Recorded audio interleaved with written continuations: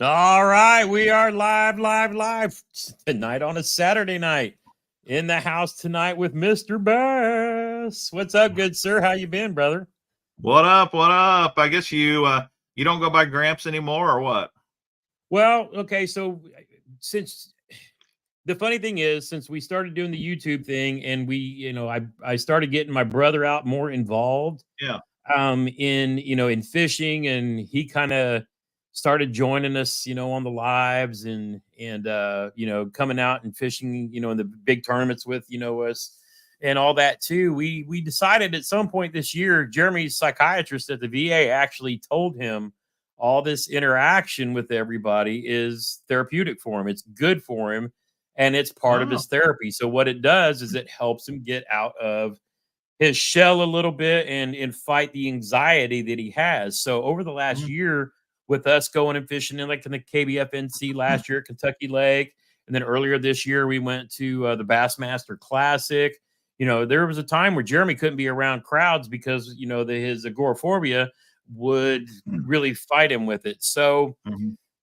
then we started fishing more together. And the funny thing is, since he lives about 90 minutes north of me, we don't get to fish together a whole lot.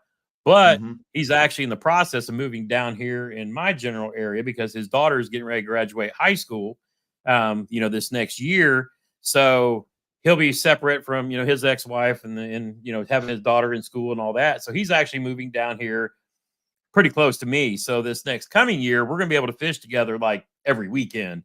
So it's going to Oh. change a lot of stuff. So I got to thinking about it too, and I was like, fishing with Gramps started out as kind of like um,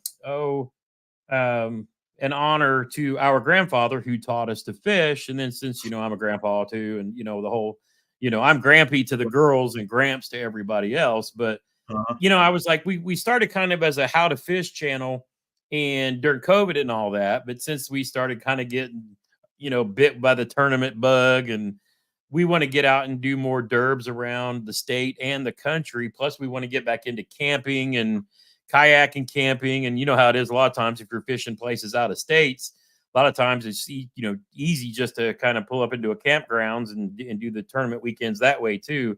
So Sure. since Jeremy's going to be closer and a whole lot more involved, I decided it was a good time to rebrand the channel to Hickman Outdoors because it's going to be a lot of me. It's going to be a lot of him. My Mhm. younger sons will be kind of participating in, this and that too. So yeah, we just decided it was a good time to kind of evolve fishing with Gramps into Hickman Outdoors and just kind of start sharing a whole lot more of our other passions, which kind of segues why you and I are on here tonight Yeah. because Yeah. a few months ago you saw me. I think I had a stogie going while I was out mowing the yard, and Yeah. kind of Yeah. what happened from there. I'll let you tell that story. Well, I have an affinity for fishing YouTubers anyway, and we've been together on shows before and talked and things, and I thought, holy cow, man, he's smoking a cigar, and I just got into cigars a few years ago, and really enjoy it. And I thought, you know what I'm going to do? I don't know how experienced he is or what kind of a collection he has, but I've amassed quite a collection over the last few years. So I thought I'm gonna pick out some of my favorites, and then maybe a few that I don't even know much about that I've got here. Send them his way and see if he can enjoy them. So that's what I did. I So he sent got me a your Mr. address. Bass care package, which I've Yeah, literally had in my humidor because I said, after I got these, I was like, oh man, I said I want to enjoy these. But I told you, I said I'd really love to get you on a live sometime, and so we can talk about these. And yeah. I think that then I got you ended up driving halfway across the country to go pick up your new on the water innovations trailer, and then Yeah, I was yeah. gone. I was gone for the last basically month and a half. One for the KBF championships, and then again back to Gunnersville for the Yeah, you've been Knucklehead Bass Fishing Series. So as soon as I got back, I was like, Mr. Bass, we got to get on so I can enjoy some of these stogies. And right it on. was kind of funny because there's a lot of folks that we bass fish with that also partake in the stogies. Now, to be truthful, I smoked cigarettes for years when I was in the Army, Mhm. and I actually quit. The last Marlboro Red that I ever smoked was 2 weeks before my 35th birthday when I had my first heart attack. And I literally Holy crap. smoked that cigarette driving to the hospital. And I'm 55 now, so yeah, it's been 20 plus years since I've had a cigarette. But a few years Congratulations. ago, I was like, I still want to puff on Yeah. something here and there and enjoy, and not be something that's addicted to. So I Yeah. kind Yeah. of got into cigars a few years ago, as well as pipe, puffing a pipe here and there. Yeah. And that's just like a relaxation thing I do maybe once a month on the back porch, just chilling. But yeah, I Right. was Well, that's interesting to know. I'm kind of the same way. There's not. I think there's a big misconception about cigars. I know I had a huge misconception. I always just had this stereotype in my mind that smoking is terrible, smoking is bad, it kills you. Mhm. You should never get near it. And I didn't realize, that granted, your odds are probably much more in your favor health wise to never smoke anything. Just totally stay away from it, right? Yep. But I'm like you, I'm in my mid 50s. Oh, heck, I'm getting close to my late 50s. I'm 57. And I'm gonna die anyway. I've only Yep. got it's just not it's not that far away, so why not enjoy yourself a little bit? So I think the beauty of a cigar compared to pipes are the same, but I've really just only dabbled in cigars. The thing that's kind of interesting about them is they're as organic and pure as anything that you'll ever touch. Yep. There's no fillers, there's no additives. It's all it is 100% pure tobacco. So the Yep. product in and of itself has no chemicals, no additives, nothing within the cigar itself like a cigarette. Cigarettes are just chock full of all kinds of chemicals. So if you're going to kill yourself smoking, the purest way to do it is with a stogie. Exactly. you And know, the funny thing was, I always had that misconception as well.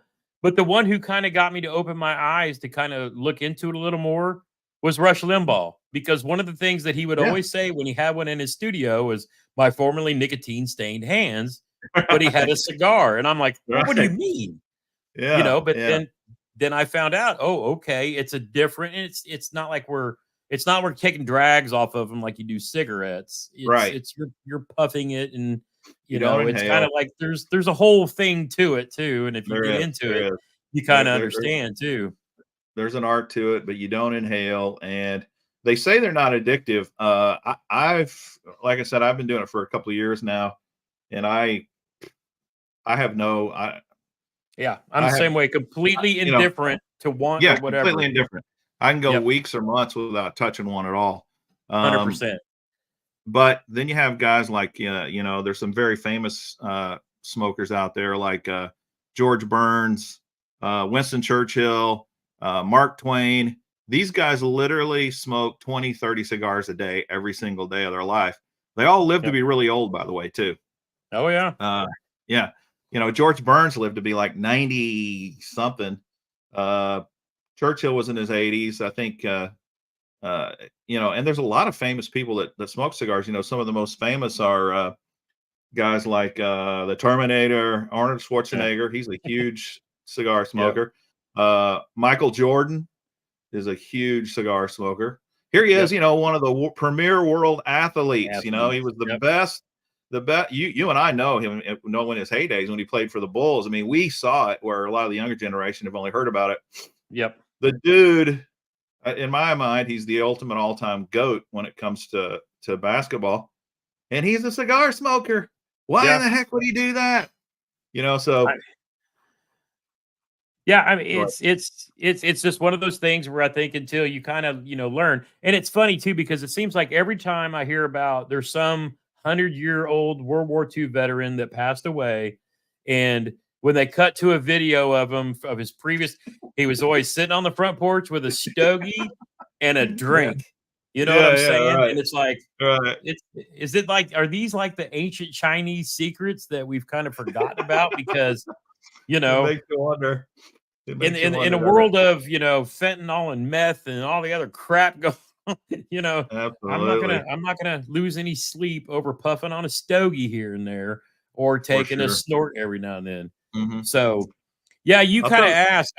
I'm kind of like you, and I still haven't opened this up yet. So I'm Yeah, gonna go through yeah. that. I'm gonna go through that here in a minute. But some of my what I have left, because I haven't restocked my box in a while. One of my favorite ones back, especially when I was and this is more a lot of the guys I know that ride my that were in my Harley club, going up to Sturgis. Deadwood is one of the favorite brands of cigars that are up there. So like Oh yeah. the Deadwood Sweet Jane, they've got one called the Fat Bottom, which is The a fat, little bigger. I think I gave you one of those Fat Bottom Betty. Oh, I'll have to I look think through it. is in there. And then they even came out with the little bitty ones for, when you don't have all kinds of time. And Yeah. and then I've still got some Arturo Fuentes. I've got a oh man, what do I still have left over? You know what? The funny thing is I still have some out in my truck too from when I went down to Gunnersville, because we like sitting around in the camp chairs. And that was one of the other cool things when Wendell Fishing came over and we got to hang out and meet a couple of days before we went and fished. Mhm. Yeah. He broke out cigars and I was like, "Oh my Oh man." So man, yeah, we got he's a cigar smoker too. Well, that's so interesting yep, to know. found another one Uh, too, but I like these brick houses are some of my favorites. yeah, yeah, Um yeah, yeah, And then, oh, what is it? I can always never remember the name. My Father something or another. Yeah, My Father Cigars. yeah. And My then father. several brick houses, Arturo Fuente. I think that's most of what I have, but I'm more interested in seeing what you sent me too. Yeah, So I think that's if you don't know anything about cigars, there's different flavor profiles. I mean, every cigar, because it's natural, it has a very different flavor profile. The leaves on a tobacco plant, if you, I don't know if you ever seen. I mean, I'm sure you have, yep. but they have kind of what they call a top layer, a mid layer, and a bottom layer. And the top layer, of course, gets the most sun. The bottom layer gets the least. And the flavor profile for each of those leaves is different depending upon how much sun they get during the growing season, that sort of thing. So there's kind of mild cigars are kind of what you would call the Connecticut. Usually, the Connecticut type wrapper is the more mild cigar, and it's a lighter color. Usually, it doesn't have to be, but it usually is. And then, but this is just kind of a good rule of thumb. If you're kind of curious, you go into a cigar shop and you don't know anything about them. If you're starting out, you should go light. You should try a Connecticut. You know, do not go on the Maduro end where it's super dark. The darker the cigar, the stronger it is, and Yep. it can really kick your butt if you're not used to it. So that's also something to keep in mind. And I was kind of, Yeah. at first time I was nervous about a lot of these things because they can make you very sick if you're not careful.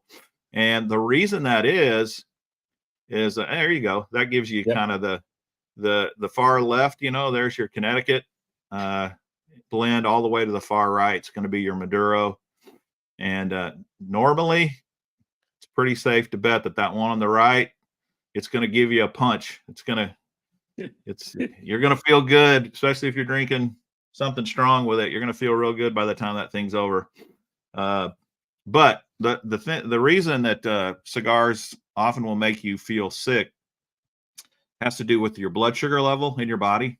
Yep. And so a good rule of thumb is just make sure you're eating something sweet, or you've had something sweet recently, and that normally will prevent you from getting sick. You also don't want to start smoking stogies on an empty stomach either. Right.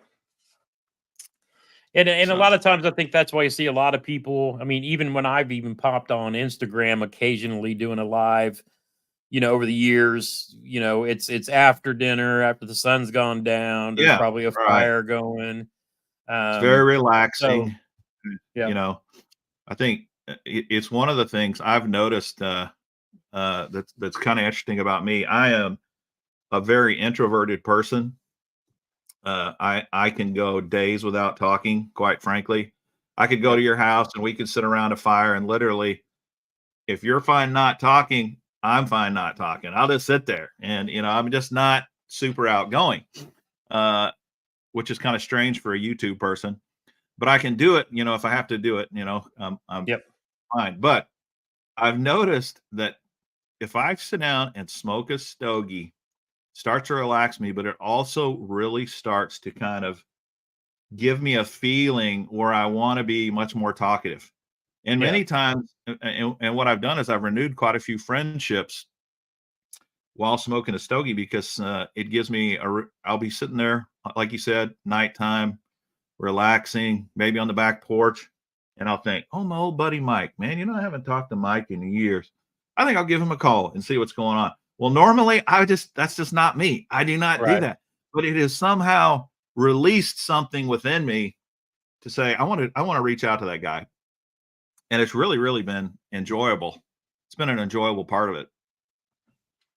That's awesome. Well, I mean, just running through these, some of these I've had before and some I haven't. So I'll be looking forward to experiencing, some of the various different types, because the one thing about cigars is a lot of times, you may put a little bit of time into sitting outside and enjoying one. Like you see, this one's a little thinner than others, but still Yeah. long. Now that's a And then, Davidoff, and that's what you might call a higher end cigar. Davidoff is they're premium cigar makers. They're kind of on the snooty side, and okay. I thought, oh, he might like something like that. That's a very mild cigar that's got a nice flavor profile. Oh yeah. I mean, all these are this is I gonna be can't this is remember gonna be which other awesome. ones I sent you actually. If you Got the next one up. Okay, now that right there, that is a gem. Have you ever had one of these Padrones? I don't know that I have. Okay, that's a special experience cigar right there. Now it is stronger, it's a stronger profile, Yep. but it is an excellent, excellent smoke. So I would kind of set that one aside maybe for a special Okay. occasion. Gotcha, What else you gotcha. got And then we there? got one from the West Tampa Tobacco Co. Don't know much about that one. It's just I Okay. got a box of them. So interesting about Tampa, though, Tampa's the only place in America left where they actually make cigars. And my hat actually has to do with I like a lot of these minor league baseball team hats, and Right. Tampa had a minor league baseball team that was called the Smokers, based on the cigar smoking. And I don't think it's around anymore, but that's what the origin of the hat. I did see I was last Christmas, I was down in Tampa visiting my daughter. First time I'd ever been to Florida. Of course, I go down there to go fishing with Liz too, and it's 29 degrees. I brought the cold weather with me. But I passed. There was I don't remember which one it was. It was either Fuente or it was one of I'll have to go back and look. I wish I'd have looked it up before we got on live tonight, but one of the cigar makers, they had a building there, and I passed it and I was like, "Oh shit." Oh yeah, So yeah. Arturo it Fuente, was kind of probably. cool. And then one of the Yeah, Asylum, which is a Connecticut. yeah, yep. That's supposed to be a really good cigar. I've got several of those, and I can't remember much about it though. There's a few in there I think are really special. There's a short and Okay, stubby. that's also an excellent, excellent cigar right there. I think you'll enjoy that one a lot. I can't remember who Toasty. recommended that to me, but it's a little unique. It's not one of your more common brands, but it's very, very good. And then Olivia, I've had these before. Oh, those are great. Yep. The Oliva factory, I mean, they just make top notch stuff. So I had to throw an Oliva in there. And then Okay, that's that might be one made by my father. I can't really see the label on oh, your. okay. It says Don Pepin Garcia. Okay, yeah, yeah, that's a decent one as well. Uh, it's not one that I've smoked a lot, but Okay. I think you'll like it. And then we got one that says La Aroma de Cuba. Oh yeah, yeah, yeah. Those are very good. Those are very good. They interesting thing. Their packaging is always super colorful, Yep. and they make really nice cigars. You still haven't hit my very favorites yet, other than that Perdomo that you I was gonna say, here's a Perdomo in gold. Perdomo. Okay, the Perdomo 10th anniversary, maybe it's absolutely most likely the favorite line in the Perdomo line for sure. What Perdomo does is they make a ton of great cigars, but they also make these anniversaries. They have a 10th anniversary, a 20th anniversary. The 30th anniversary just was released last week, and it was Oh only wow. released. It was only released to special to the very specific sellers, and it's not easy to find. But the 10th anniversary is one of the ultimate all-time most popular cigars on the planet. And it's more on the Connecticut side, but it's great flavor profile for a mild cigar. And to me, it's one of the staples. You got to have it. You got to have it in Yeah. your collection. Yeah, I see the cooler lid likes the Rocky Patels. Yeah, Rocky Patel's got a lot of nice ones. And then any Liguria Cubana fans, I think Okay, so. I think you just had one there. Yep. That was back here in the back end of the pile. And then we got next up Cirillo. Yeah. Or however you The say it. EP Carrillo. I'm not a Carrillo. Spanish speaker. Carrillo. But they make so many good cigars. My favorite in theirs is it's called the Allegiance, I believe. And yeah, it's called the Allegiance. This is my favorite one that they make right here. But there's another one in there. I think I may have sent you by these guys. It should be in a blue wrapper. It's called the Pledge. Did I give you that? Last but not least. Look at that. #1 cigar of 1998 by Cigar Aficionado. That's Wow. a box press. Very nice flavor profile. And I thought that's another premium stogie. I gotta give JT a chance to smoke that. So very, very, very cool. Those are all nice. So I think you'll like all those, really. I think. Oh yeah, most definitely. And yeah, and so when you shop, do you have a cigar shop that you like to go to, or do you like to order online? What's your normal? Well, I believe in trying to go local as much as you can. Yep. So I just moved to Arkansas, so there's one cigar shop I've gone to so far, and I'm already a little disappointed because I go in and ask the lady a simple, basic question. She can't give me the answer, and I thought, oh my gosh. Yep. Don't tell me she doesn't know cigars. She's running a cigar store and she doesn't know. I mean, I'm what you'd call super novice, really. Yeah. And if I know stuff she doesn't know, that's a huge problem. But this is another thing that really turned me on to it is oftentimes you'll find a local cigar shop that has a lounge with it. Yes. And hanging out with the guys in the lounge is a blast. And up here in Kansas City, where I just moved from, I'm a huge Chiefs fan. And going to the Chiefs games at the cigar lounge is an absolute blast. It's just it is so much fun hanging out with the guys. And, everybody's the one great thing about cigar lounge is it's a brotherhood. It's like fishing, really. It's very, very similar. When you go out on a kayak tournament or whatever, and you start hanging out with your competitors, there's a really close friendship. There's a really close bond that forms there. And you so many guys and gals will say, I actually like the people side of it better than I do the fishing side of it. It's that a lot of people fun. are like that. Yeah, it's that fun. Well, the same can be said for the Stogies, the Cigar Lounge, and the Brotherhood of the Brotherhood of the Leaf, as they call it. Yep. In some ways, is more enjoyable than the actual smoke.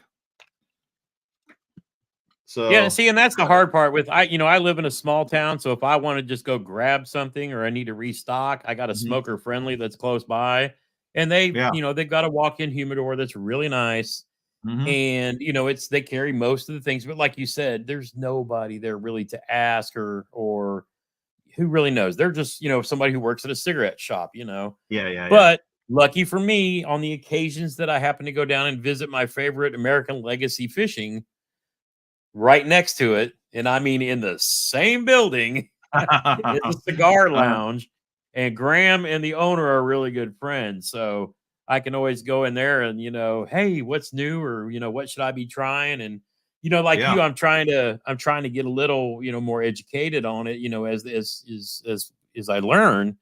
And it's really cool to be able to go in there, and like you said, just if I'm not in a hurry to get on the water or get back home or whatever, just to go in there, sit down at the lounge, and shoot the breeze for a little bit too, just to light one up, and then pick up 3 or 4 or 5 more sticks to try as I go. But yeah, it makes it nice because I actually stop in there whenever I go down that way, especially to Gunnersville. It's like, well, let me pick up another 4 or 5 sticks and take them with me Yeah. so I can, sit out in the lawn chair and enjoy being outside while Matt's, running the smoker, and, Jeremy will be smoking his cigarettes. But, I just go out there and chill. We got all kinds of smoke going on, cigarettes, barbecue, and stogies, worked out Yeah. really good too.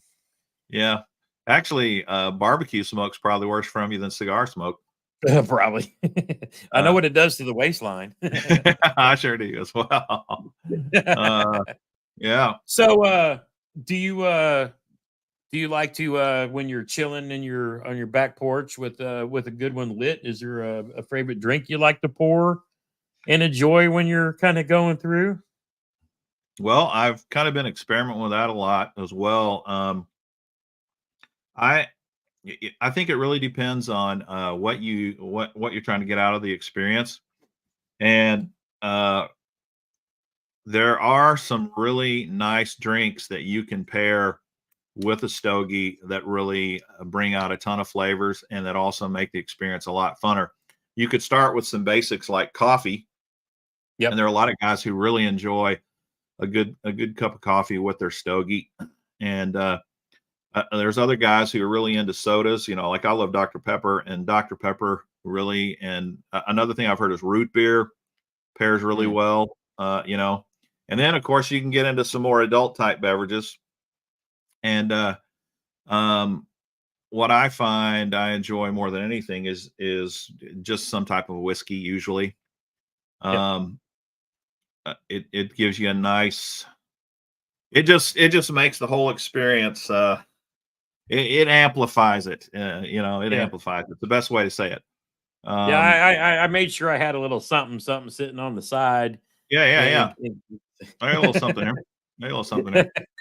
Have you ever tried the non-ice rocks? See my little stainless steel ball in there?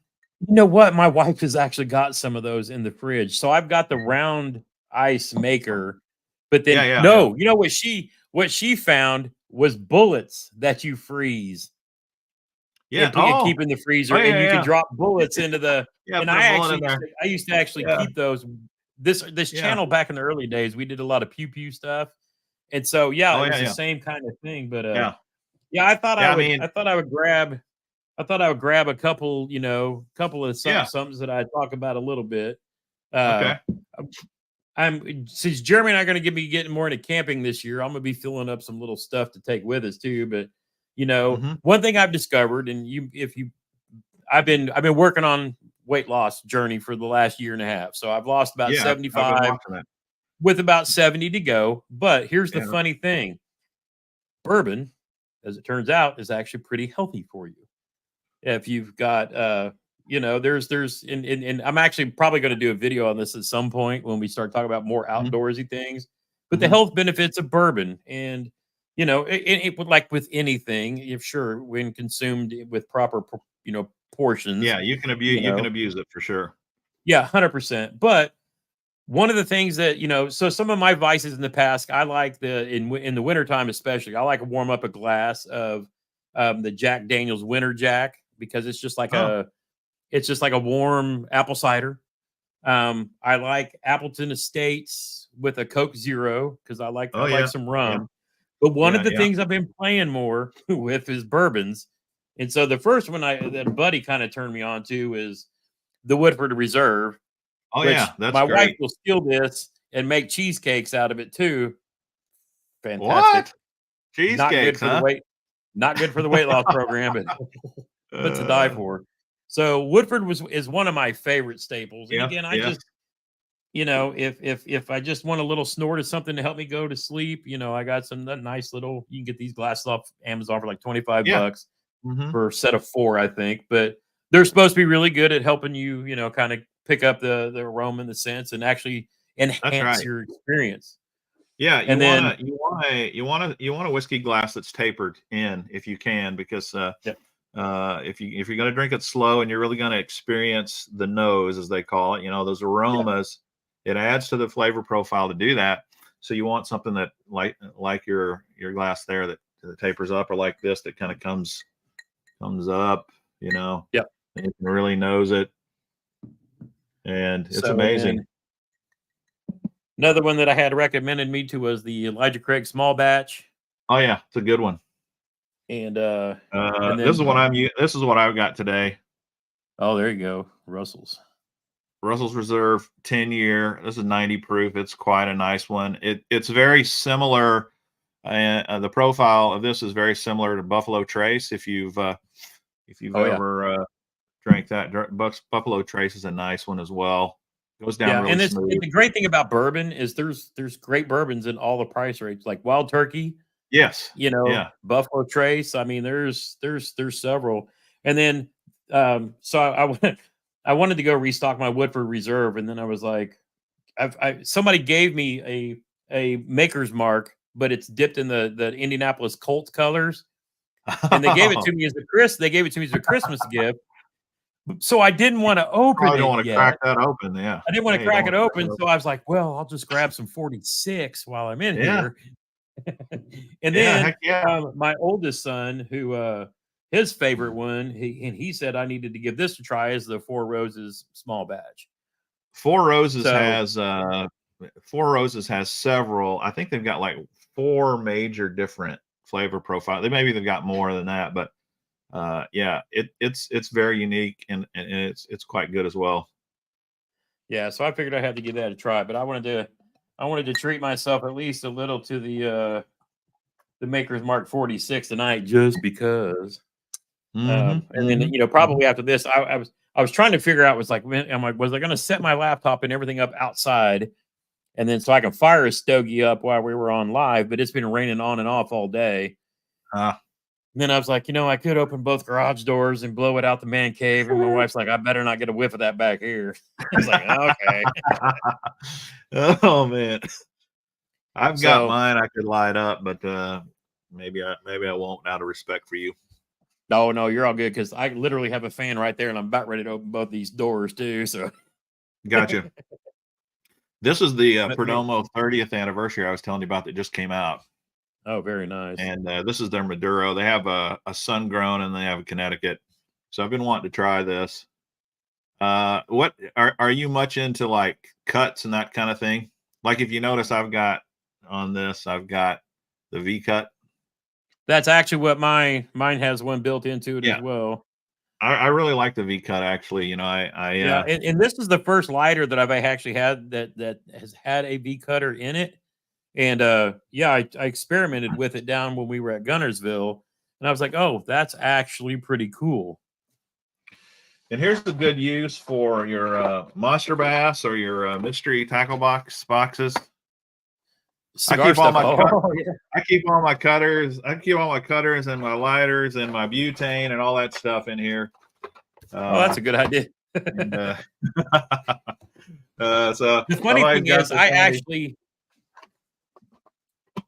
uh,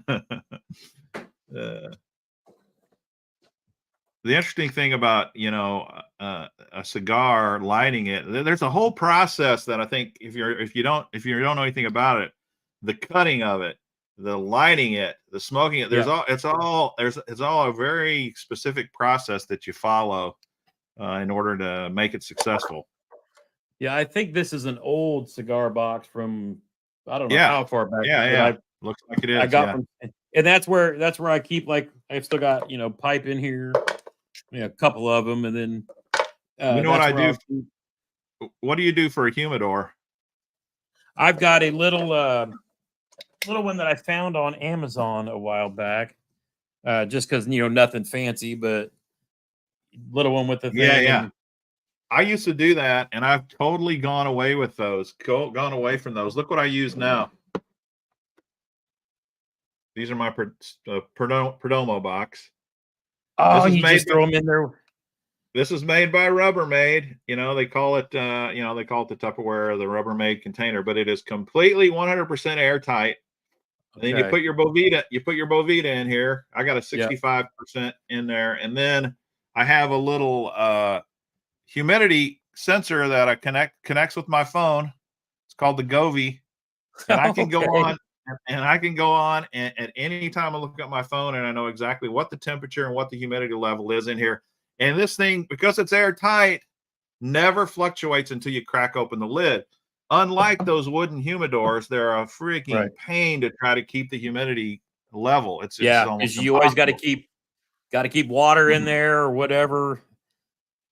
So I got, Yeah, I probably got 10 of these right now. that's a good Loaded, idea. loaded. That is a really good idea. I'll have to find that. I'll have to find that sensor monitor too. But yeah, I order a bunch of packs of these because I actually keep some of these in with the ammo cans that I have as well. Yeah, that's really smart too. In fact, Yeah. I ought to do that. I haven't done that with any of my ammo. I just keep it. I actually do have I have a like this bar that you plug in that keeps the humidity level consistent in my safe. Yeah, I've You actually know. got that in my safe, right? My Liberty safe, which I probably need to trade, and we'll get sidetracked on talking about what Liberty Safe did, but yeah. They messed with you, huh? Well, they kind of gave a bunch of safe numbers out to the feds when the feds asked What? for them. Oh yeah, I Oh, heard about that. That's people freaking. lost their damn Yeah, that's minds. terrible. That is terrible. You know, my buddy next door, his house burned down, and I can't remember what brand of safe he had, but this house burned to the ground, and it burned for like 24 solid hours before they could even get in, and and the stuff in his safe survived the fire, Yep. which really Yeah, I surprised, mean, kind of and that's shocked why me. I spent the money on a quality safe because that's where I keep my paperwork, the pews, the ammo, and all the other stuff too. But yeah, Yeah, yeah, yeah, it's definitely fireproof, that's for sure. yeah, yeah. Interesting. Well, we haven't talked much fishing. Oh yeah. What's Randy Blockett got to say these days? Hmm. So I was hoping, I was hoping we could hook up this year. Maybe on some tournaments. I'm going to try to fish all the bass tournaments. You said you might fish the Gunnersville one, Yeah, I need to look and see which all they want to Bassmaster. do because I definitely want to go. I definitely want to get. Yeah, I mean, and that's the thing too. It's like, um, Bassmaster, I think, has set itself apart, and you're going to see, that's going to be your top tierish, for a while. I don't know with, Yeah, um, I fished quite a few Hobies. I've never tried to fish like the whole circuit or anything. What I've done is I've picked the lake that I want to go experience. But I am so tired of pedaling. oh, They dude, I feel you. won't let you use a motor, and it just freaking pisses me off. And I Well, get it. and I mean, I started kayak fishing before there was a pedal drive. My first yeah, kayak was a Jackson, and all you had was a paddle, and that was fine. And I kind of was like, when the pedals came out, no, same thing, kind of a purist. But then when I tried the pedal, I was like, why in the heck would I use a freaking paddle? Throw that sucker in the trash, man. The pedals are awesome. yep, Instant reverse, the whole deal. And then my first motorized kayak was actually an Autopilot 120. You've got yep. the 136, don't you? I've got the Or the 120. 120. Yep. I freaking love that boat. I absolutely loved it. And the only reason I got rid of it is so slow. If they could Yeah. just get a faster motor, you know. But I just love fishing out of that thing. It was a new mind blowing experience because you can fish and move while the boat's moving, steer with your Yep. feet, and continually cast. It's miraculous. And that spot lock, wonderful, Yep. wonderful, wonderful. And Yeah, old part of time me just says it's like, makes how great long do movies. we have to wait before the Minn Kota brushless technology gets in, passed down for the autopilots? Because I'd that'll like be a to game know. changer. I'd like to know from the Old Town guys. I know you're on their team. I'm not on anybody's team, but I would like to know from the Old Town insiders. What I have been told is the reason they don't have a more powerful motor is that the hull design won't accommodate it. And I don't know if Yeah. that's true or not, but if you could get a motor in that autopilot that was faster, I'd buy another one in a heartbeat. Yeah. I And the hard love part that is, boat. it's like when I talk to Ryan, it's like, it's like, we could be doing this and that and this and that, but every one of their boats is designed, the way the plastics, for that one purpose. For that one Mhm, purpose mhm, is what mhm, it's. mhm. So what they build it for, I'm sure that they would have to change and, adjust if Makota gave them a brushless, kayak motor that was, say 65 pounds. Sure, Yeah, they yeah, would have yeah. to reinforce and do the stuff, but dude, how many boats would they sell with that damn thing in it? You know what I'm Oh my saying? gosh, man. I Yeah, mean, it's like, because I looked at kayaks with like, okay, I can get something, put an XI3 on it. Sure, an XI3 is 55-pound thrust. That's yeah, nice. It's faster. It gives me yeah, spot lock. But if I get yeah, stuck in some grass, I got to go to the bank to pull the grass off. In mine, I yeah. can lift it up and Yes, get to the grass, that's right. You can. you know. And Yeah, then on the flip side, you can put a Torpedo on the back, and then you got basically a baby bass boat. yeah, It's yeah, just yeah. there's Well, so that much. I was I was excited to see the e-pedal on the big water. The only thing is, I've read. I almost bought a big water years ago, and Yeah, I studied them like crazy. And the number one common theme with the big water, they're tippy. They're yeah, tippy. They're great. They're great in big water. They're fantastic in big water, but you can tip those boats over. yep, I think that autopilot, I could have jumped up and down and danced back and forth without tipping that oh thing over. yeah, It's hard to tip it over. It's very stable. And yeah. I mean, so and it's one of those things. It's like, it's hard to be patient when changes are coming and this and that, because I love where that motor is, because you can literally spin the kayak in a 360, just, left remote, left rudder, and it's you know, brilliant. It is brilliant. And just the way it pops in and pops out so easy. It's yeah, just it is whoever designed that thing, kudos to you because it's a brilliant design. yeah. But I'm like you. I want it faster, I just got because so I was tired of the out fishing. slowness. I was out the first time I went down to Gunnersville and fished with Chad. He was on his on his bona fide with the Torpedo, and he Yeah, like 30%, and I couldn't even begin to keep up with him. I know, I There's a know. huge difference in tournaments between 3.4 miles an hour and It's 6. huge, I mean, it's huge, huge. I've got 5 or 6 kayaks right now, and, I bought one of those, inflatables that I took down to the up there in Pennsylvania. Why can't I think of that river? It's the most famous river. It's the one that the Russ came in 2nd place on. Uh, yeah, anyway, up there. it'll come to me in a second. It'll come in to me in a second. But I bought one of the inflatables that, um why am I having all these brain. Was that up there at the Susquehanna? Yeah, it's a Susquehanna. Yeah, yeah. I Okay. bought the Osprey 1436 inflatable and put my motor on that thing, and it fly. I mean, it's just like it is so much fun in that thing. And I had several guys there. There was one guy in a PA 14 with a Torpedo on the back, and man, I just blew him away. And I had the NK 300, the Newport NK 300. You That got the new sucker, Newport, yeah. yeah, fly. It's. I'll tell you what, man. I'm really falling in love with this inflatable now. I've also, there are times when you got to have a hard plastic boat. Yeah, But there is a time and a place where these inflatables are pretty special. They really, really are. yeah.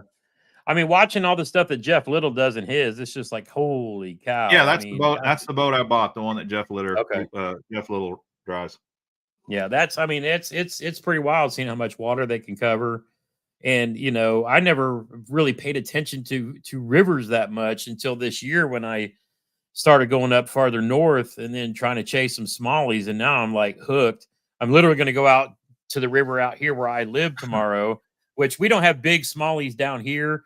and I've got, Yeah, we don't either. I'm going out for one last hurrah for the season, pretty much, just trying to catch a smallie in the river that's here by my house, like 10 Yeah, minutes yeah. away. I went out last weekend and or I went out on Thanksgiving Day, caught a bunch of spots, but I'm like, I know there's smallies in here somewhere. Just trying. I was actually supposed to go up to Indianapolis tomorrow, but Iowa and Michigan State are playing tomorrow, and I don't want to be anywhere near downtown Indy while that game is going on. It's like, I want to go Well, catch some smallies, but I don't want to get stuck either. I love fishing for smallies as well, but same thing. Up in the KC area, all we have are reservoirs in the Missouri River up there. Well, there's no way I'm even getting in the Missouri River, and the reservoirs mostly are just largemouths. We have spots, we have a lot of spots, and we do have some smallies down at Table Rock Lake and a few places, but for the most part, you're not fishing for smallies around here. So I've done a lot of traveling up north just to experience it, whether it's the St. Lawrence River, Lake Champlain, St. Clair, the Mississippi River. I go every year. I try to find a tournament and go fish up there, whether it's the Bassmaster or the Hobie. I fished the Hobie this year up there. It's just so much fun. Of course, the Mississippi River's got smallies and largemouth, and they got a variety. And that's just a perfect kayak environment there. It's just fantastic for kayak fishing. And I'm kind of the same way. I really am kind of falling in love with river fishing when I can get it. But I'm at a huge disadvantage because I lack so much river experience. It's just like the Susquehanna. I got my butt kicked there, and going back and watching the guys who won, I was pretty much throwing the same stuff they were throwing. I was fishing in some of the same areas, not far away, but there's just those little nuances I don't know yet. I haven't figured out. Interesting. I'm sitting here watching the chat back and forth, and they're asking if I take the autopilot. I take the autopilot everywhere. I drag it into creeks, rivers, lakes, strip pits. Yeah. It will go a lot of places. It is heavy, but it's not it's not any heavier than a Pro Angler 14. It's not any heavier than the heavier boats, I mean, I look at it this way. Once I get it in the water, I don't care, because if I have to get out and drag it, I've got out and drug it over rocks. Some of the videos that I'm still going to be coming up with, over the winter, that I've basically had sitting since I've been gone for so long. You're going to see me with fishing from one tournament that I was at to the water's literally a foot lower. And, we're out dragging them, in inches of water up to deeper holes to chase, to chase smallies too. But Hook Life, are you up by Tippy? I saw you said you're up by Lafayette. I was literally debating on getting in the truck tomorrow and going up there, but probably a little bit too late in the season. And I know a lot of places the water's real skinny right now too, but we're definitely planning on coming up. And I say Jeremy and I are going to come up and fish the Tippy a lot more, chasing those smallies up there as well. When I sold my my autopilot, I sold it to a guy with a car, and he shows up, and I was like, "You're going to put it on top of your car?" "Yeah, I'm going to car top it." And I was like, "Woo, okay." And he and I both, man, it took everything we had to get that boat up on top of his car and tied down. I was like, "Oh man, that is not a car topping boat," but it's definitely worth the money if you it's a great boat, really. Other than the speed thing, I highly recommend it. Yeah, I mean, I love it too. And then I see boats like the PWR 129 coming out, going, man, all of the things that I could do with that. You're not kidding. Because the more I look at it, and of course, I've been hanging out with Chad and Gene, and it's like, oh, you mother sucking me in. Yeah. Because Gene loves the XI3 on the front, and of course, Chad loves the Torpedo on the back. But I mean, the thing I look about it too is, as lightweight as it is, and yeah, of course, we all know I'm an Old Town guy, but I'm still going to talk about other kayaks, because what the hell. If you're talking about, for me, like a truly transformer type kayak, it's completely creek paddleable because it's got its own built-in rudder and light, and you can drag it, 50 yards through the woods and throw it in and paddle it and go fish your creeks. If you're on bigger lakes and you want the whole brush pile spot locking goodness of the XI3, you've got that option. And if you're wanting to play in the rivers and play the whole Newport Torpedo, route to blast through the fast currents and all that too, you can throw a motor on the back too, so you can really pull up to a body of water and build it out however you want it for that day. Or if you're like Gene, you just throw both motors on and go do whatever you want. Yeah. But I mean, I'm actually I'm gonna experiment with 2 motors this year. I bought a new Canoe Unlimited, and I'm gonna yeah. put the XI3 on the front, and then I'm gonna use my Newport on the back, and give it a shot and see how I like that. Somebody said, "Who has more tackle?" Let me guess. That would be him. Guaranteed, hands down, 100%. Yeah, it's kind of embarrassing how much tackle I have. I mean, geez, Louise. I for a long time I was doing these shows where I was giving away tackle, and I really still need to do that. I need to give a lot away. Maybe we could set something up with your veteran stuff where I could donate some tackle too, because the reason I kind of stopped is, I'd have a guy who'd win a $10 lure, and then it would cost me $10 to mail it to him. Yeah. And it didn't make sense financially to do that. But and then you have these groups of people who the only reason they're watching your channel is I want to free this, I want to free that, I want to free this.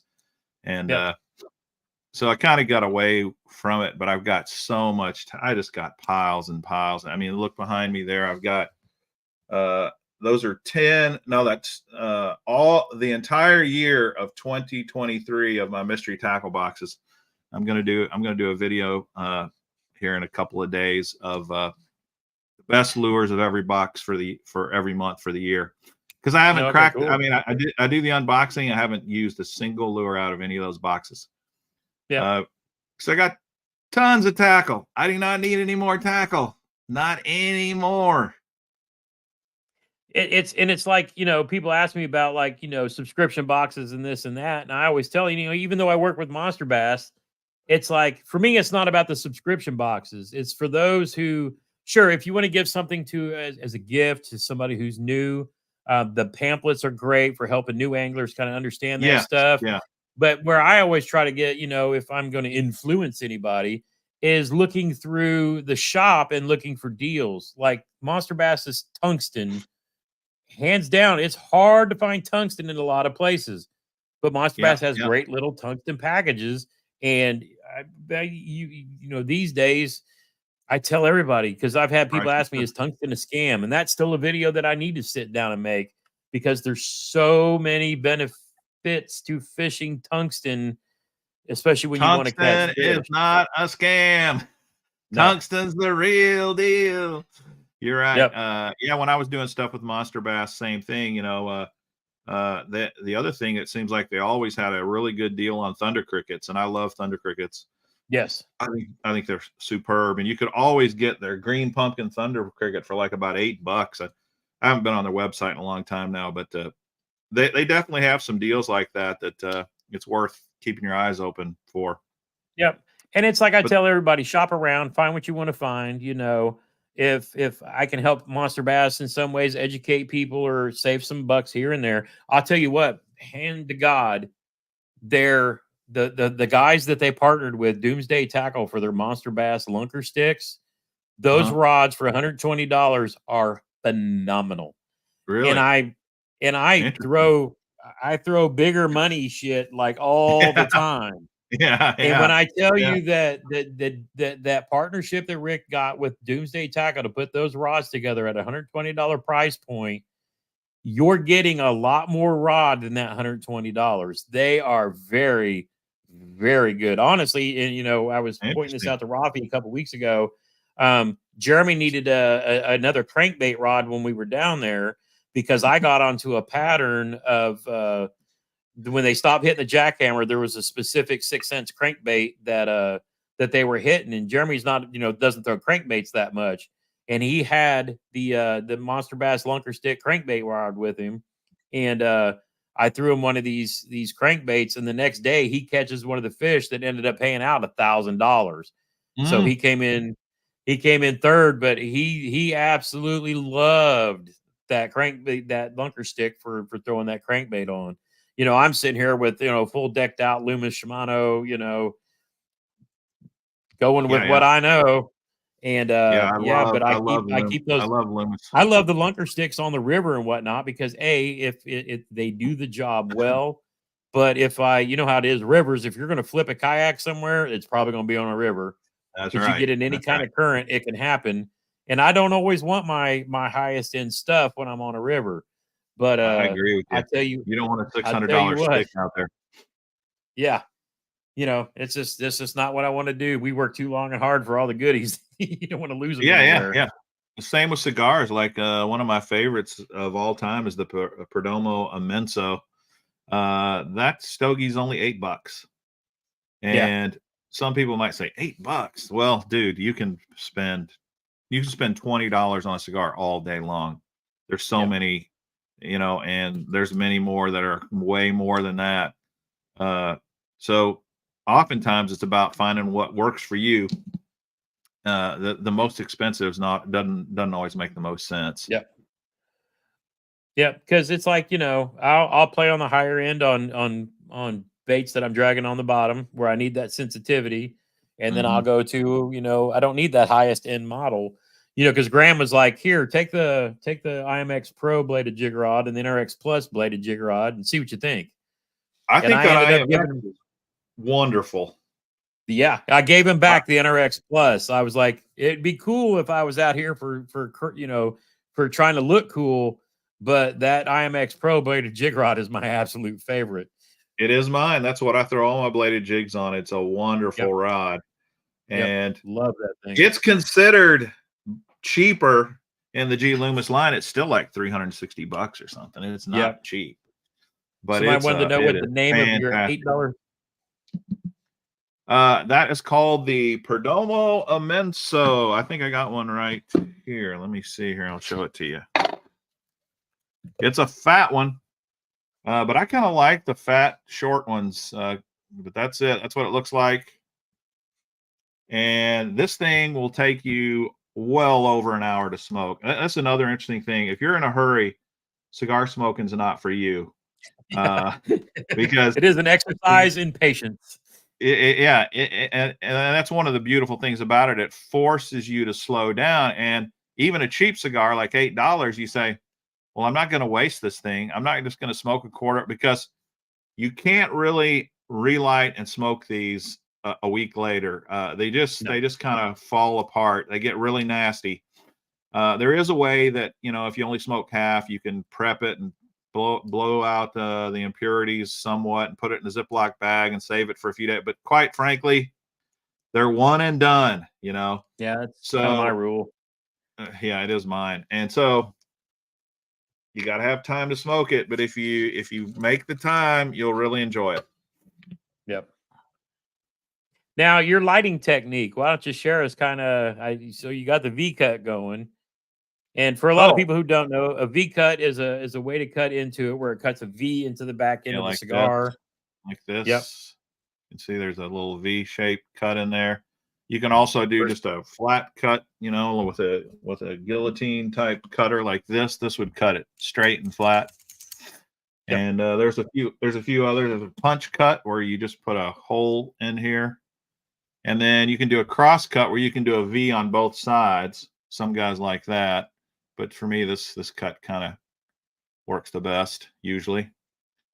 And then to light it, I mean, there's a process to light it, and the old school guys are going to tell you you should only light a cigar with a yellow flame.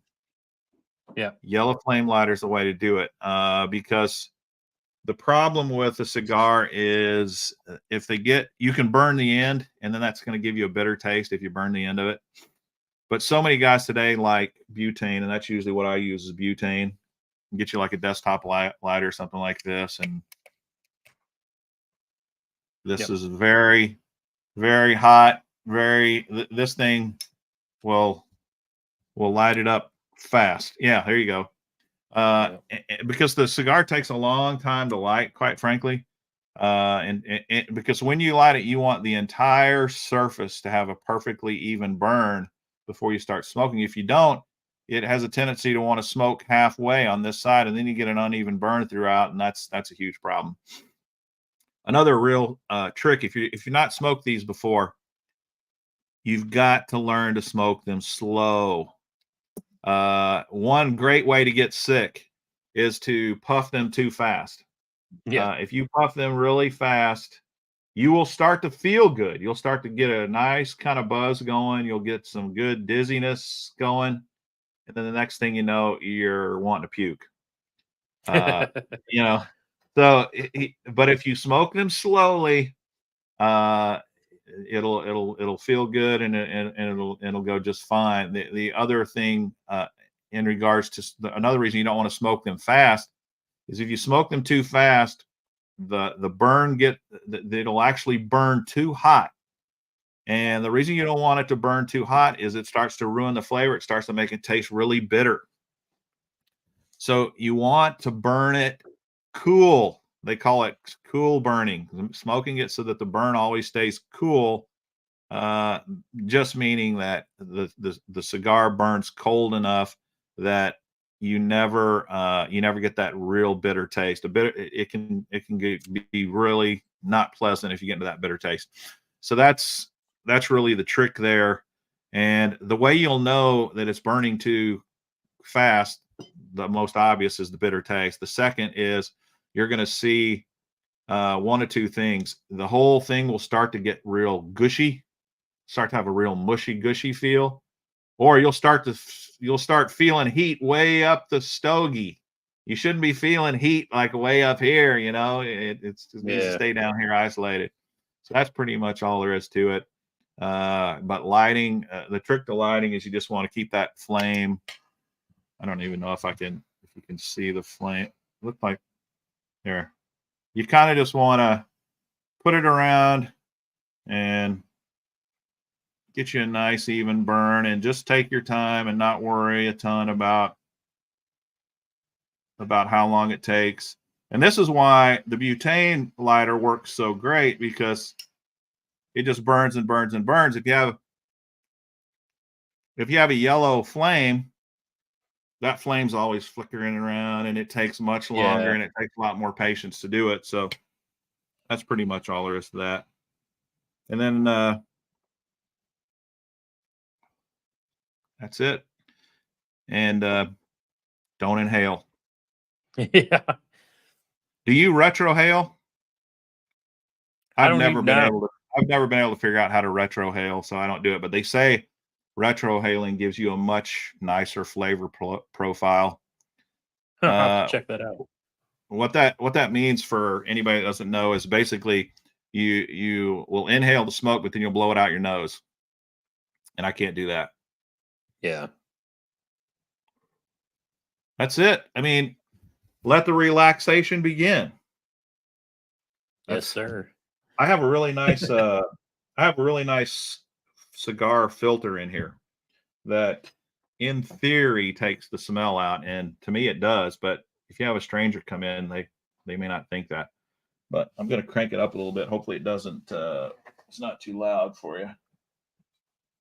Oh, that's cool. Never even would have thought about putting something like that in, but yeah. Yeah, it has a very sophisticated filtering system to suck all the smoke out.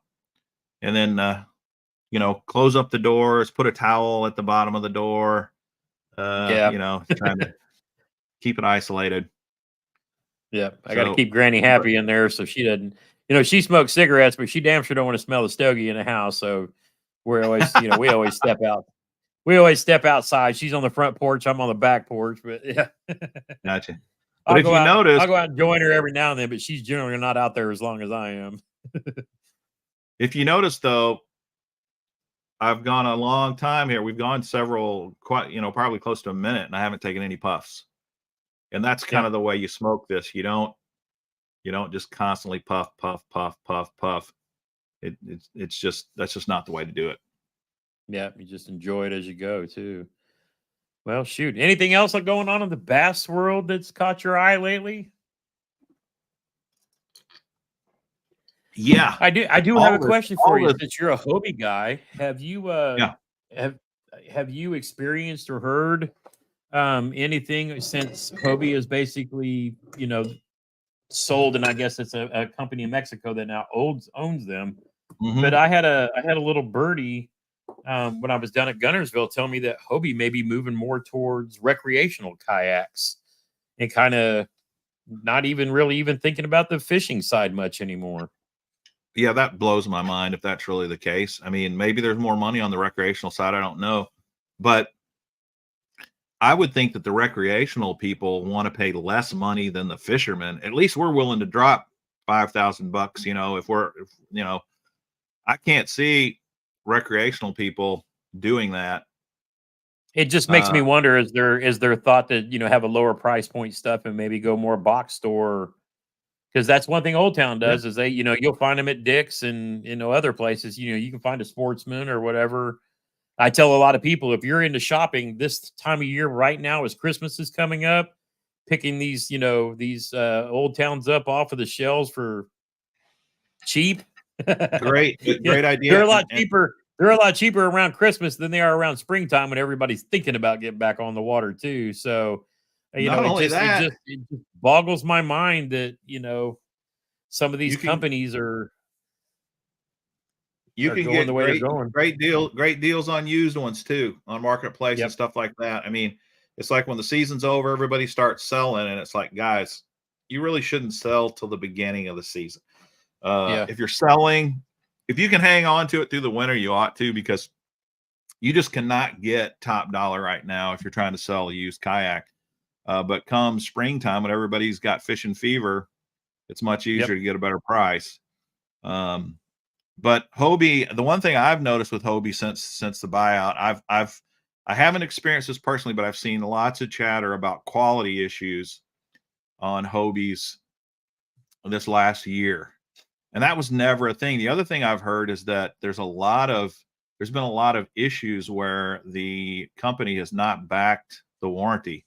Yeah. They've and that's bad for business. They better stop that if that's really what's going on. Fortunately for me, I haven't had to have any kind of warranty issues on it. Um, they've got a great product line of boats, and I've owned many of them. And right now I've got a Pro Angler 14, and then I've got a iTrek 11, Yep. and they're both great boats. They really are. Um, and Brandon Prince, Brandon Prince, who he was like number second or third in AOI this year on Hobie. Yeah. He's driving one of my Hobies. I sold him my Pro Angler. I don't know, 4 years ago, something like that. Oh He's wow. still Okay. he's still driving that thing around. I mean, they're good boats, and they're good tournament boats, really Yep. good tournament boats. So uh, I have nothing really bad to say about Hobie other than the 360 drive, which is a thing. It's a thing of beauty. It's miraculous. Yeah. It You can break it if you're not Yeah. careful, and you don't know how to use it. You can break it, and usually what you do is you break the belt. It's a belt drive, and you'll break the belt. Yep. But as long as you're careful with it and you kind of baby it, it'll give you many years of service. It's just So amazing the kind of technology they can put in a drive like that. And, you're not kidding. it's It's the first time I got in that thing and I could pedal sideways. You can go left, right, frontwards, backwards. You can go on, I call it 360 because you can go on a complete circle. But yeah. the pedal sideways, and that Mirage drive. I mean, I've had pedal drives. I used to have a Titan. Who makes the Titan? Doggone it. The native. Yeah, native Titan. Great pedal drive. It's one of the best pedal drives out there. But it can't hold a candle to the Mirage drive, man. The Yeah, Mirage those drive is fantastic in the grass. It's so good in that shallow, still skinny amazes me. water. How does it get through the grass like that? But it does. It's fantastic in the grass. Yeah. And you're going to pay top dollar if you're buying a Hobie, though. But there are some really good deals in the used market usually. This Yep. time of year, I bet it's the time to buy. Yeah. Yep. I mean, it's like for me, you know, since I'm on the pro staff and not the pro team gets new yaks every year, so they can sell and then get their new ones in. But you Hmm. know, I can pretty much sell mine and get another replacement because they're all about, you know, we got to promote the new colors and stuff like that too. Yeah. So Sure. I'll probably put mine up on the market, you know, give somebody a good deal for Christmas because I don't mind passing that along because it's not going to cost, it won't cost me anything but time to rig it. You know, when I take the money I sell and then send it to Old Town and have him ship me, you know, one of the new colors. It's just like, which color do I want to go with this year? Because they Yeah, finally came out with a camo and then like a black steel. And I'm like, oh, I don't know. I like that both. black steel is a cool color, man. I've been looking at it. When I It's got a awesome. silver truck and a silver and black and silver trailer, it's just written. It's written in the Yeah, it would stars. fit perfect on there, man. It would look great. Yeah. It really would. So I got a I keep curious teasing different. people with which color do you think I should go with, but I'm like, oh, that black, that's just gonna look good. You need that, yeah, for sure. Sly Fox But asked if I I'm going to sell it fully rigged. No, I'll probably sell it with everything, but I'm keeping obviously my Humminbird and Mega Live. I'll probably include a battery with it, but not my big battery. Um, it'll be close to fully rigged, but I'll definitely be keeping my Humminbird and forward facing stuff and all that because you know with my partnership with under Johnson Outdoors, it's Minn Kota, Humminbird, and you know Old Town. So it's kind of yeah. the trio there. So I've got a 10-inch Helix on it, and it does everything I need it to do. So, but yeah, I'll sell it. I'll sell it close to fully rigged. It's going to have the power controls, the lights, um, batteries and electronics for batteries because I've got I don't know how many I don't know how many Dakota Lithium 23 amps back here for electronics. I think there's two on the shelf behind me. There's another one over here, and then I got two Yeah. power boxes back here too. I'm a big Dakota Lithium hua, and something I haven't really unveiled yet is I replaced my 100 amp with 135 amp. And what I have discovered in my autopilot battery box is I will be able to fit. Check this out. So for those of you who don't run forward facing yet, if you do, it's best to have two separate batteries. One battery to run your head unit and a second battery to run your transducer. And it's supposed to give you the clearest picture Yeah. that Yes. you can. Now, all year I've run all of my stuff off of my electronics, GoPros, and live, you know, all the forward facing off of one Dakota Lithium 54 amp and then my 100 amp for the boat. Well, what I have discovered with the new 135 is I can fit it plus a 23 amp plus an 18 amp in the one battery box. Wow. So I'm I going to can't be able believe to it. put That battery box on mine was just about the size of a regular lead acid battery. It and that's wasn't much exactly bigger what than that. size it is. That's exactly what size Holy it is. cow. So that's how small the new 135 is because I actually posted a little teaser on Instagram with me showing the box with the 135 and a 23 dropped in there. Now I could put another 23 on top of it, but I can't close the box. Yeah. You But definitely the want to new be able to close 18 amp hour is the same size as the 10, it. and I Mhm. can fit all three of those in the one battery box. That's going to be slick. Yeah, see, that's So, another great part of that 120 that autopilot design is where they put that battery under the seat is great. yeah. It's like I said, man, whoever designed that was really, really thinking. Uh, it's a good boat. Yeah. It's funny. Michael Bradley brings this up about Christine Fee fishing out of a kayak and a boat this year in the opens. We were actually talking about that before we went live tonight Yeah, we were. because yeah, we see that too. I mean, she said it on more than one or two podcasts now that she's looking to get into a boat. I think she was thinking about you know maybe doing a backseat, you know, being a co-angler at first, but that's one of the things we were talking about. There's no way I'm hopping in a pro tournament in today's forward-facing market and trying to Yeah, fish from the back of a boat when you got nothing to throw at. I mean, just nah, not going to get my money that way. I know. And I you know, used to I do was a that a co lot. angler for years. And nah. So if I was going to do anything at the higher level, it would definitely be in my own boat, bar none.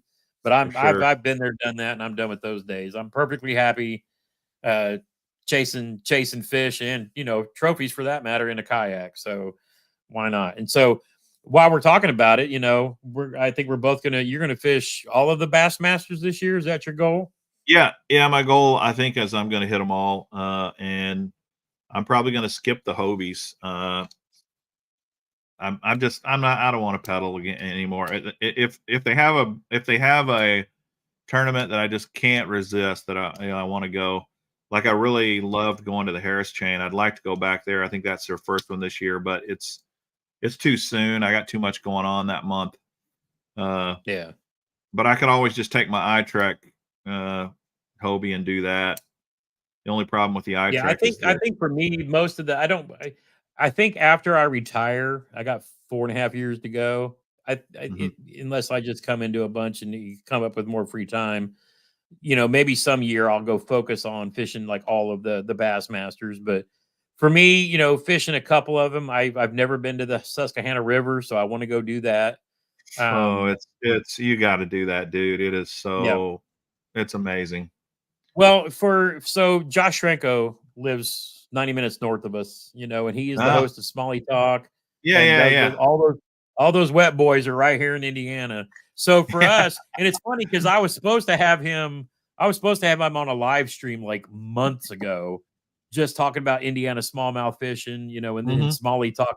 And then he goes mhm. up there and becomes a damn celebrity, because I mean, you go do what everybody kind of dreams of, lifting up one of those blue trophies, and that's the highest, highest level thing that there is to do. I mean, I've been a Bassmaster Life member forever, as has my brother, so we're always going to be tied to bass regardless.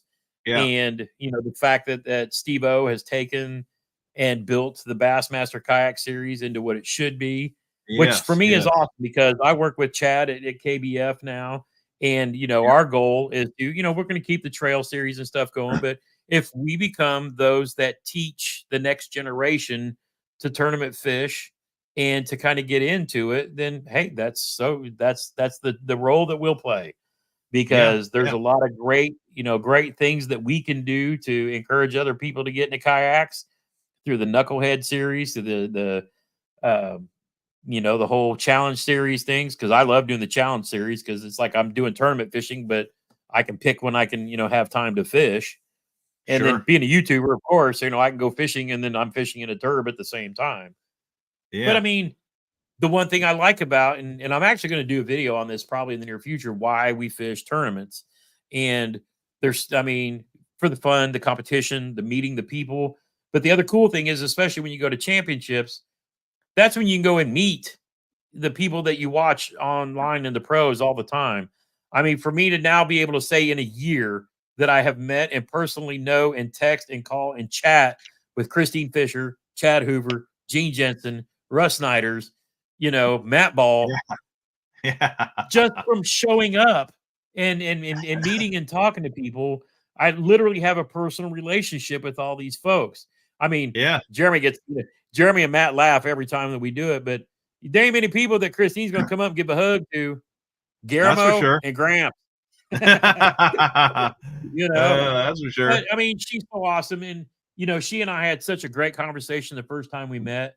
But that's so awesome that we have the ability, and like I said last week when we had Drew Gregory on, his new kayak adventure series, just opening up another door That's of, right. yes, tournament, but recreational. You know, It's a great way to fun. include the whole family. Yes, I mean, it's so awesome that we live in a day and age where we can go compete against each other, but have a big hangout. And sure, it's competition, but it's not like the guys on the boater side, that it's completely quiet, nobody shares, talks, this, that. No, we're completely open and enjoy hanging out together. And it doesn't matter how good or how long you've been doing it. It's the most welcoming community that I've ever experienced, and it's completely and that's at the state level. all the way up to any national events that you go to. It's completely awesome. Yeah, yeah, for sure.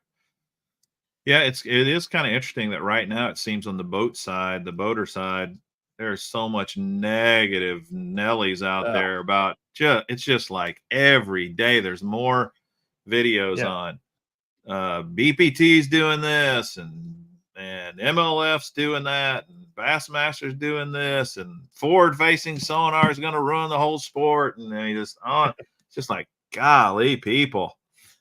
Yeah. Can you get happy? Is there anything you can get happy about? Is there? That's I what mean, I'm it's just saying. like, Just go enjoy it. uh, You go enjoy, and people wonder why. And it's funny too because it's people wonder why a lot of the younger generation and fans move more towards guys like the Googans than the pros.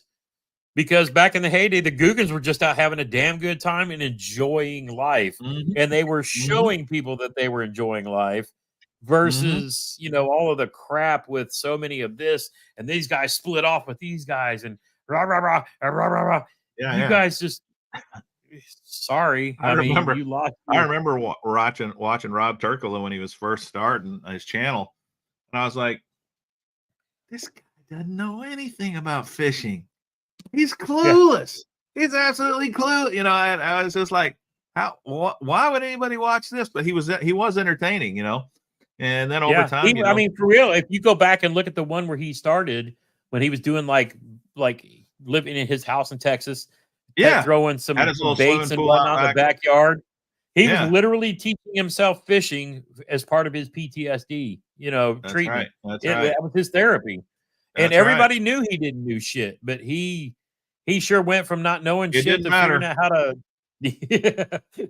It didn't matter. And he just he goes and tries to do tournaments and then it kind of has it didn't work out well for him.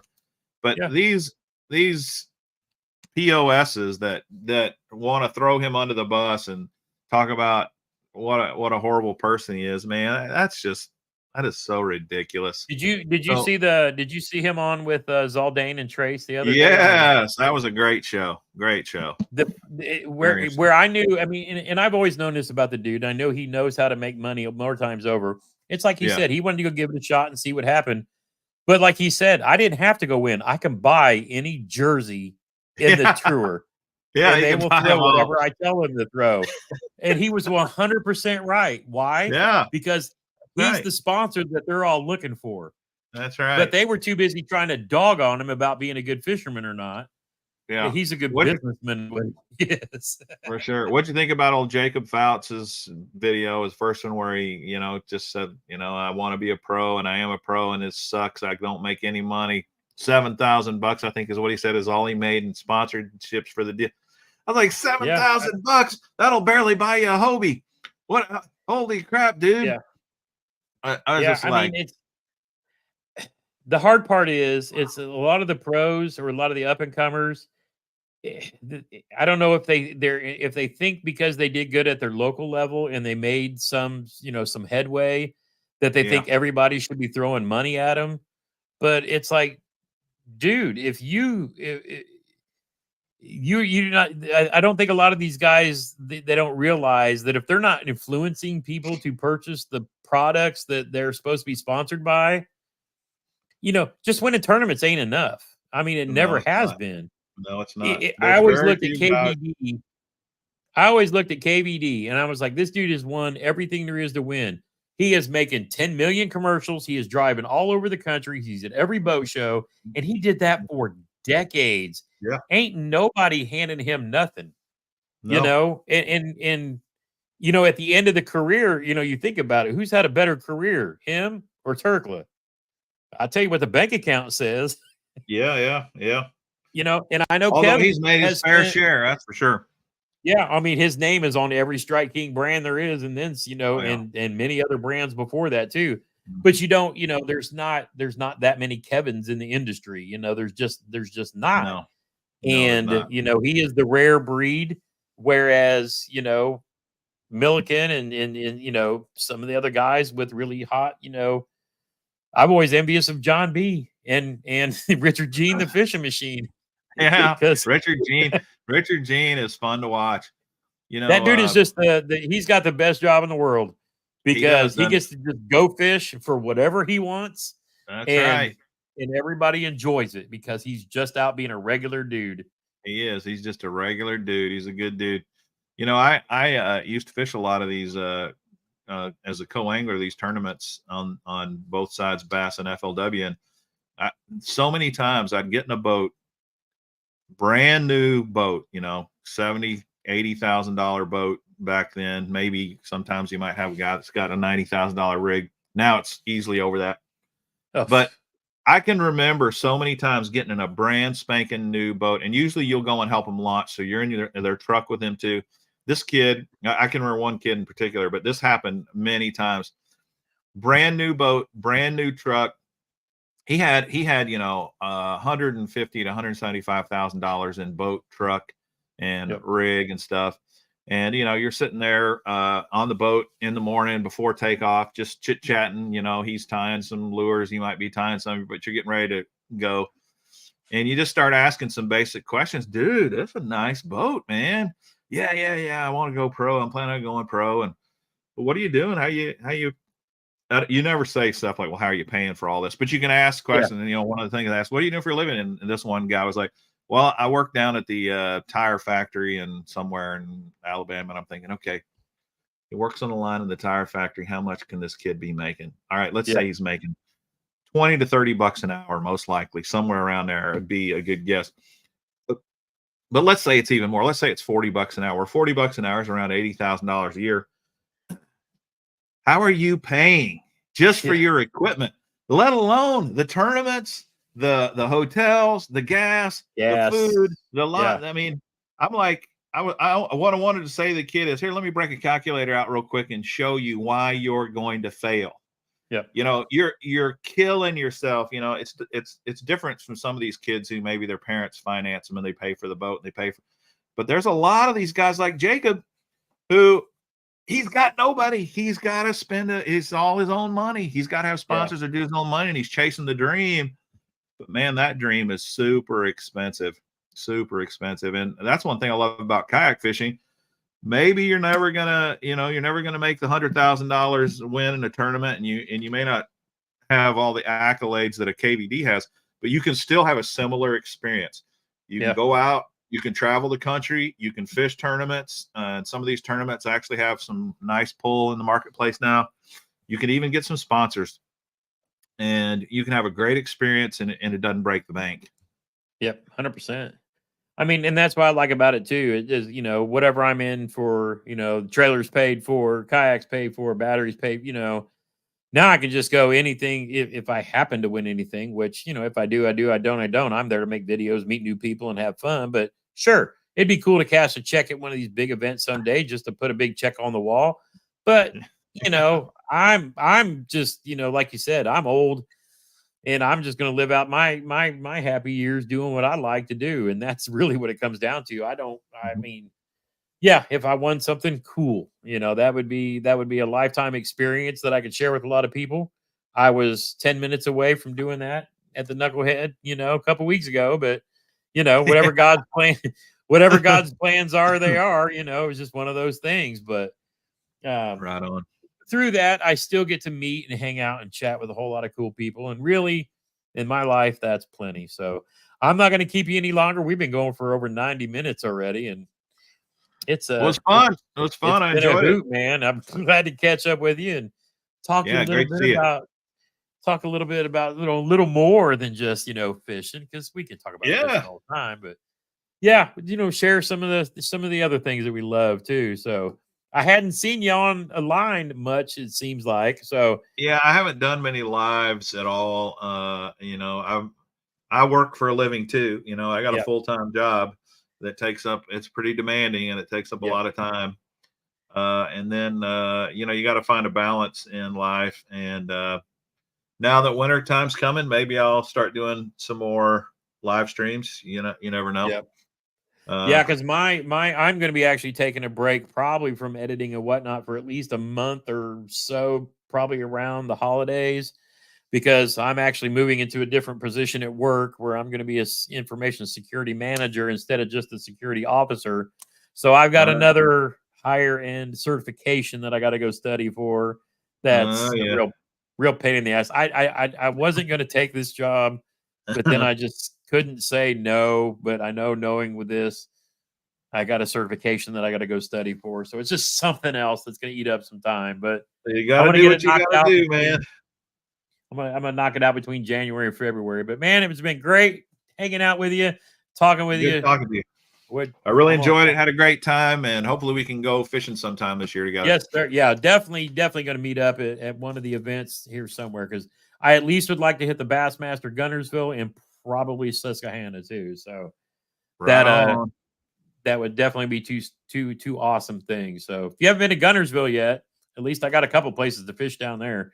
Yeah, I definitely want to go down there. I have fished it a few times, but it's been several years. So Excellent. all All right. right, my dude. I will let you go. And for See everybody ya. else out there watching and listening, Have a good one. Take all care. right. All right, brother. As always, get outside where you can, because winter time's coming. Make some memories. Okay, bye.